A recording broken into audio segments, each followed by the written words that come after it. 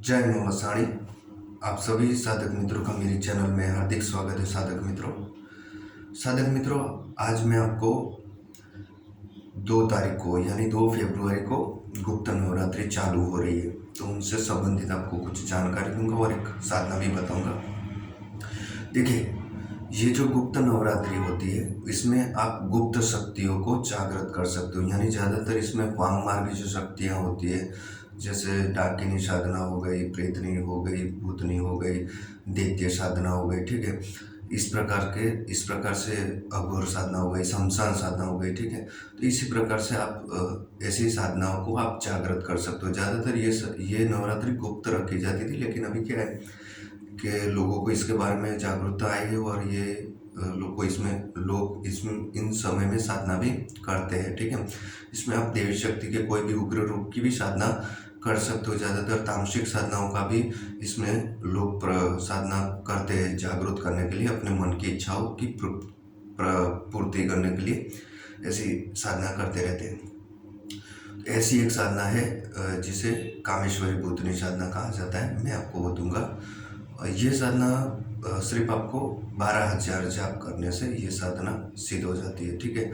और ये साधना आपको एकांत में करनी है, यानी कि ताड़ के वृक्ष के नीचे बैठ के ये साधना करनी है, ठीक है। और अन्यथा आप शिवालय में जाके भी ये साधना कर सकते हो, लेकिन रात्रि काल में करनी है।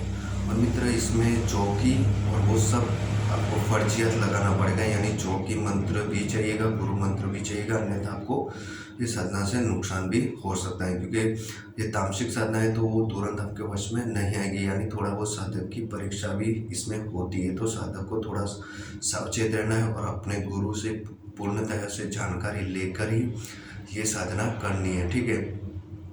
देखिए, मंत्र इस प्रकार है, ओम हुम फट फट कामेश्वरी भूतनी है, हुम हुम हुम। बस इतना छोटा सा मंत्र है। आप इसका 1000 मंत्र भी कर सकते हो डेली। अगर आपको ज़्यादा नहीं करना है तो 12 दिन तक ये साधना चलती है, ठीक है।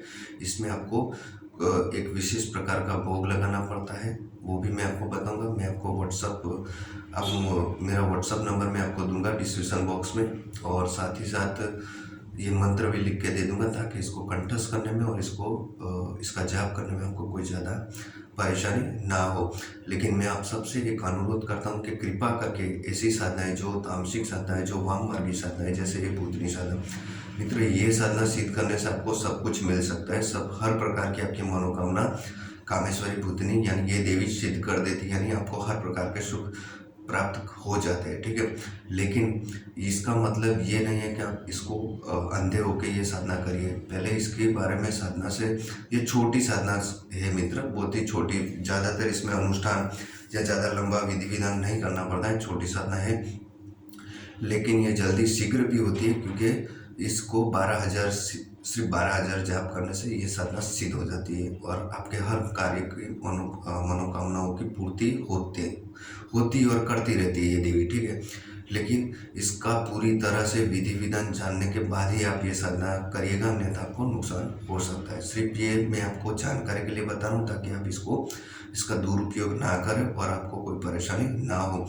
आप अपने गुरु के पास से भी परामर्श लेके ये साधना कर सकते हो। अगर कोई आपके गुरु हो तो आप उनके पास से परामर्श ले सकते हो, अन्यथा आप मुझे व्हाट्सअप करिएगा। मैं आपको पूरी जानकारी दूंगा कि ये साधना किस तरह से साधनी, इस कामेश्वरी भूतनी को किस तरह से साधना है आपको, ठीक है। और मित्रों, अगर इस साधना से संबंधित और कोई जानकारी चाहिए तो आप मुझे कमेंट में लिख के बोल भी सकते हो। और मेरी चैनल को लाइक करिएगा, शेयर करिएगा और सब्सक्राइब करिएगा, ताकि आने वाले जो भी वीडियो मैं अपलोड करूं वो आपको सही से मिल जाए। और मित्रों, मैं एक डाकिनी साधना भी आपको दूंगा, क्योंकि वो भी कुछ लोग कमेंट में बोलते हैं डाकिनी साधना के बारे में, तो वो भी साधना मैं आपको दूंगा। लेकिन ये सब साधनाएं कृपा करके आप योग्य जो साधक हो उनके पास से जानकारी लेकर ही करिएगा, अन्यथा आपको नुकसान भी हो सकता है। देखिए, सात्विक साधना में आपको कोई नुकसान नहीं होता है, लेकिन तामसिक साधना में क्या होता है कि वो देवी शक्ति जिसकी भी आप तामसिक, वो मंत्र की शक्ति से मजबूर भी होके आती है, ठीक है। वो प्रसन्न होकर नहीं आती है, तो वो आपकी परीक्षा लेती है। और देवी शक्ति क्या होती है, वो प्रसन्न होकर आती है, तो वो आपकी परीक्षा नहीं लेती।